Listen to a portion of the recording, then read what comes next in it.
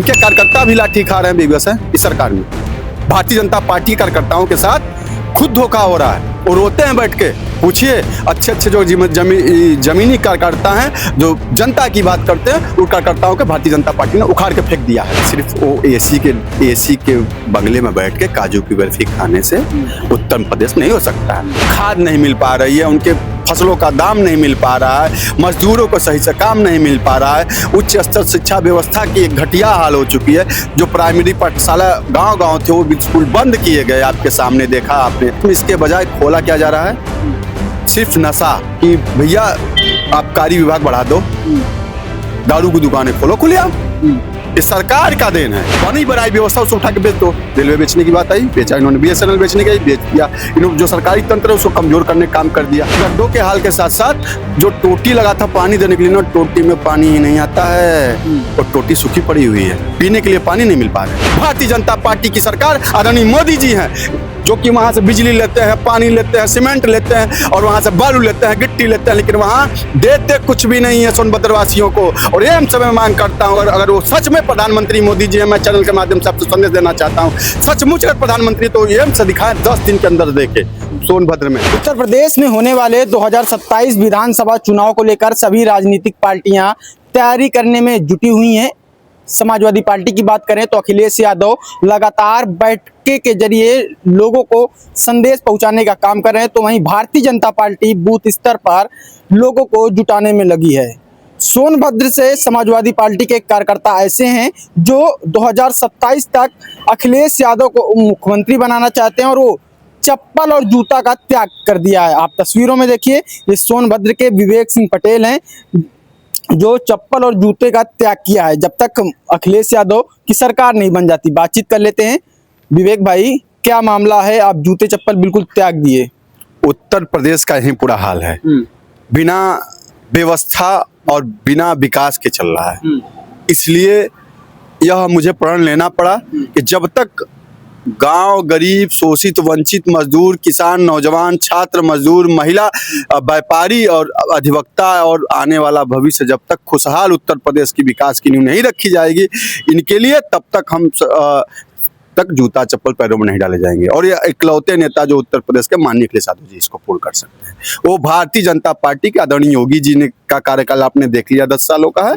इसके जो 5 साल में माननीय अखिलेश यादव जी ने काम किया था उतना भी उसके 10 सालों में उनके 1/4 भी काम नहीं कर पाए, सिवाय झूठे वादे, झूठे काम। और यहाँ तक कि किसानों का जो बुरे हाल है कि आज खाद नहीं मिल पा रही है, उनके फसलों का दाम नहीं मिल पा रहा है, मजदूरों को सही से काम नहीं मिल पा रहा है, उच्च स्तर शिक्षा व्यवस्था की एक घटिया हाल हो चुकी है।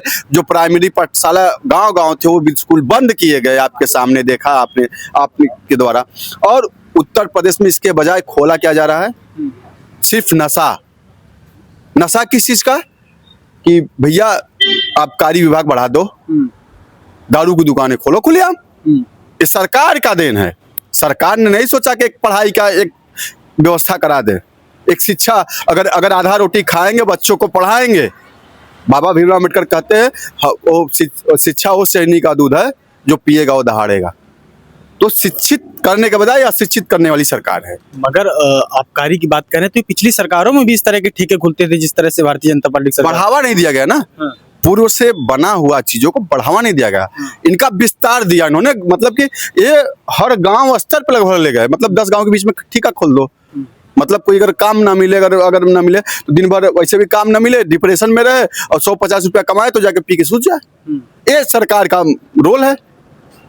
तो ये सरकार ऐसा क्यों चाहती है? इसके पीछे बहुत बड़ा रीजन है। जो पढ़े वाले शिक्षित लोग हैं, जो पढ़ाई कर रहे हैं, जिनके बच्चे बाहर निकल के पढ़ रहे हैं, उन बच्चों को ये पता है और आने वाले भारत देश के भविष्य को पता है। ये भविष्य अंधेरे में लेके जा रहे हैं। जिनको पता है नहीं कि बच्चे का दर्द होता क्या है, उत्तर प्रदेश का विकास कैसे होगा, वो चाहते सिर्फ अपना संपूर्ण विकास करें और कल प्रदेश का हाल क्या हो और बेहाल रहे, उनसे कोई मतलब नहीं है। ऐसे लोग हैं। आदरणीय मोदी जी है, आदरणीय योगी जी, डबल इंजन की सरकार है। ये दोनों लोगों का यही हाल है कि देश में विकास नहीं करना है, न प्रदेश में विकास करना है। जो बनी बनाई व्यवस्था उसको उठा के बेच दो। रेलवे बेचने की बात आई, बेचा इन्होंने। BSNL बेचने का ही बेच दिया इन्होंने। जो सरकारी तंत्र है उसको कमजोर करने का काम कर दिया। आज गांव स्तर पे प्रधान का चुनाव था, ग्राम पंचायत को नहीं चुनाव करा पाए, ये लोगों ने टाल दिया ना, न मुखिया बना पाए, न आपके बीडीसी बना पाए, न आपके वार्ड मेंबर बना पाए, न यहाँ की जिला पंचायत अध्यक्ष बना पाए, जिला पंचायत सदस्य बना पाए, न ब्लॉक प्रमुख बना पाए। मगर मुख्यमंत्री योगी आदित्यनाथ तो कहते हैं उत्तर प्रदेश अब उत्तम प्रदेश हो गया है।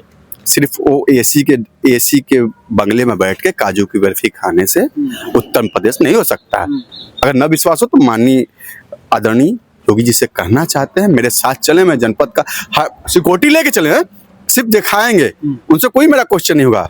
और विकास किए हैं, जिस गली में ले जाएंगे, जिस गांव में ले जाएंगे, जिस शहर में ले जाएंगे, वो चीज देख ले खुले आंखों से ना, बल्कि वो एक तरीके से मतलब वो पता भी नहीं चले कि योगी जी जा रहे हैं। नहीं तो पहले रातों रात वहां पता है कच्ची सड़क, गड्ढा, तो इतनी गड्ढे पड़े हुए हैं, गड्ढे कि गड्ढों का बुरा हाल है सड़कों का। और यहाँ तक कि आप गड्ढों के हाल के साथ साथ जो टोटी लगा था पानी देने के लिए ना, टोटी में पानी ही नहीं आता है, और टोटी सूखी पड़ी हुई है, पीने के लिए पानी नहीं मिल पा रहा है।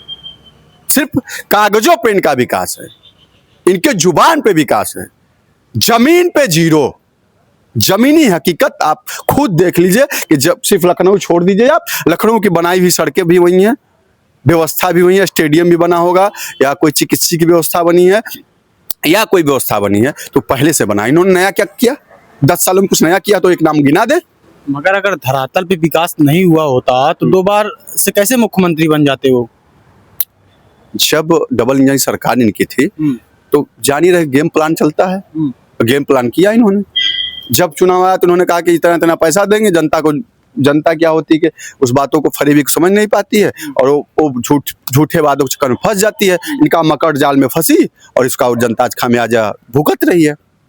किसानों को खाद लेने के लिए लाठी खाना पड़ रहा है, हुआ था ऐसा नहीं होता। नौकरी का जब फार्म भर बच्चे जाते हैं पेपर ही लीक, इनकी सारी व्यवस्था लीक है। आगे दिखता है सब कुछ फिट है, पीछे पूरा लीक है। मतलब इनका यही हाल है।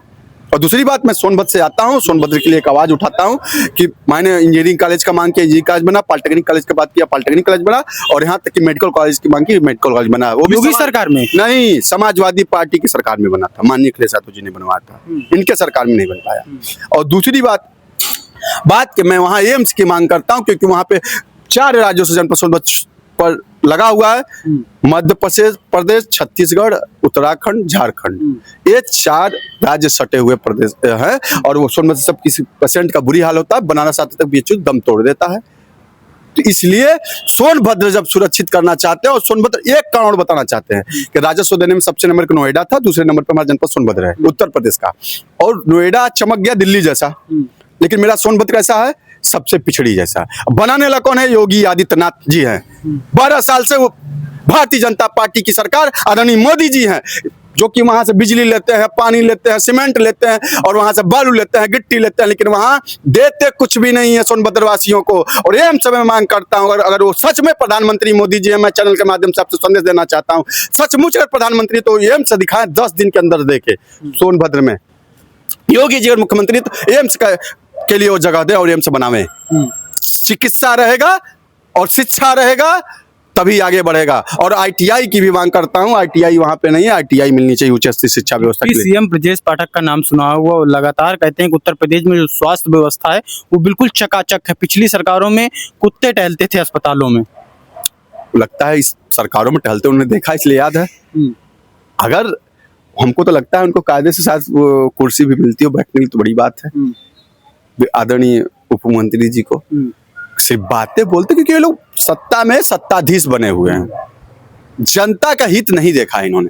अगर ये जनता का हित देखते तो कहते फोन लगा के क्या हाल चाल है। इनके कार्यकर्ता भी लाठी खा रहे हैं बेगूसराय इस सरकार में।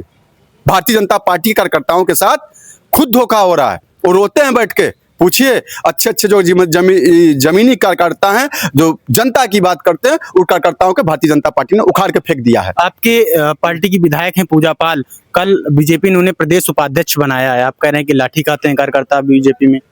पता है भारतीय जनता पार्टी, अभी बंगाल चुनाव देखा आपने ना, कैसे इन्होंने अपना सगुफा छोड़ के लोगों को तोड़ा मोड़ा। यह भ्रष्ट जनता पार्टी की सरकार में ऐसा होता है। अगर सच्चे अगर काम होते तो उत्तर प्रदेश चमक गया होता, उनको कहना ना पड़ता। काम बोलता है, काम बोलता है। कहना नहीं पड़ता, उन्होंने काम ऐसा कुछ किया नहीं जो बोले। ऐसा 10 गिन के काम देखा मैं जिससे कि उत्तर प्रदेश में कोई बड़ा काम किए हों। कह रहे हैं कि महिलाएं हमारी सरकार में सुरक्षित हैं, रात के 12 बजे खुलेआम निकल सकती हैं। पहले की सरकारों में जब 6 बजे के बाद महिलाएं घर के अंदर घुसी रहती थी, निकलती नहीं थी। महिलाओं को कितना उन्होंने रोजगार दिया। अगर महिलाओं की बात करते हैं तो हमारी बहनें पढ़ी, अच्छी अच्छी डिग्रियां मेरी बहनों के पास है, और पेपर देने जाती, पेपर लीक हो जाता है, उनको नौकरी दिया उन्होंने। और अगर आप पत्रकार हैं, आए दिन देखिए कि कांड होता है, महिलाएं सुरक्षित अगर होती तो आए दिन कांड नहीं होता। सिर्फ यह बात इनके जुबान से आती है, जमीन पे नहीं आती। जुबान और जमीन में बहुत अंतर है। इनकी बात यही है ना कि झूठ की मशीन बन चुकी है, पूरी टोटल प्रोपेगेंडा बना दिया गया है, ब्रेन वॉश कर दिया गया है। यहाँ तक कि कुछ मीडिया के लोगों को खरीद भी लिया गया। आप देख, कुछ चिन्हित पत्रकार हैं और सिर्फ भक्त टाइप के हो गए हैं। ये नहीं देखते कि कैसे लड़ेंगे 2027 में भाई आप लोग? यह लड़ाई जमीनी कार्यकर्ता से है और जमीन के लोगों से है, और उत्तर प्रदेश के पूरे संपूर्ण देश वासियों के है, जो मतदाता हैं उनकी लड़ाई है। और प्रदेश बचाने का, अगर इस बार प्रदेश सब लोग मिलकर बचाने का काम करेंगे और उत्तम प्रदेश बनाने के लिए, सरकार को उखाड़ फेंकने के लिए, जो इस वर्तमान में तानाशाही सरकार है, वर्तमान जो तानाशाही सरकार है, जो कि जनता के लिए कोई काम नहीं कर रही है, सिर्फ बड़े बड़े वादे करके झूठे झूठे बातें करके वो काम नहीं कर रहे हैं, उस सरकार को उखाड़ फेंकने के लिए आम जनता यहाँ पे तैयार कर लिया है, और आम जनता तैयार होकर इस बार उखाड़ को फेंकेगी। 2027 में अखिलेश यादव को आप मुख्यमंत्री बनाना चाह रहे हैं। आपका कहना है कि चप्पल नहीं पहनेंगे जब तक सरकार नहीं बनेगी, तो आपको लग रहा है कि सरकार बन पाएगी? 110% सरकार बन रही है। 100 के 100%, 300 सीट हम लोग जीत के आ रहे हैं। तो राष्ट्रीय अध्यक्ष जी को पता है कि आप प्रण लिए हैं कि जूता चप्पल नहीं पहनेंगे? हाँ, उनको जानकारी में है। माननीय अखिलेश यादव जी को जानकारी में हमारे। क्या कहा उन्होंने जब आपने 44 डिग्री के टेम्परेचर में आप बिना चप्पल जूते पहने आप? कहा कि इस पे क्या तुम्हारा इरादा बन चुका है पूरा? हम कहे जी, जब तक आप नहीं बनेंगे तब तक नहीं। तो उन्होंने 1 जुलाई को मिलने के लिए बोला है, जन्मदिन पे, सब उनसे मुलाकात करेंगे और मुलाकात करके फिर आशीर्वाद लेके अपने क्षेत्र में गांव-गांव जाके समाजवादी विचारधारा को बढ़ाएंगे और जनता के लिए प्रेरित करेंगे, नई सरकार बदलने की मांग करेंगे। 2027 तक आप चप्पल नहीं पहनेंगे? नहीं पहनेंगे। जूता चप्पल दोनों नहीं, चप्पल नहीं, जूता चप्पल दोनों नहीं पहनेंगे। इतना लगा हुआ है अखिलेश यादव के प्रति? बिल्कुल। नेता हो तो अखिलेश यादव जैसा हो, जो जनता के लिए जीते हो। आज जितने भी देख लीजिए, समाजवादी पेंशन मिला हो, लैपटॉप मिला हो, और रोडों का विकास हुआ हो। आपका लोहिया पार्क है, यहाँ पे देखा आपने। हमारे सोनभद्र में बताया ना, इंजीनियरिंग कॉलेज उन्होंने दिया, मेडिकल कॉलेज उन्होंने दिया, पॉलिटेक्निक कॉलेज उन्होंने दिया। ये लोगों ने क्या दिया? कुछ नहीं दिया। और साइकिल पूरे सोनभद्र से लेके, बनारस से लेके, मिर्जापुर से लेके, आपका पूरा भदोही, गाजीपुर, बलिया, उन्नाव, सब पूरा लेते हुए लखनऊ आएगी, पूरा दम दौड़ आएगी cycle. Deputy CM Keshav Prasad Maurya कह रहे हैं कि 2047 तक वैकेंसी नहीं है यूपी में, तो कैसे सरकार बनाएंगे?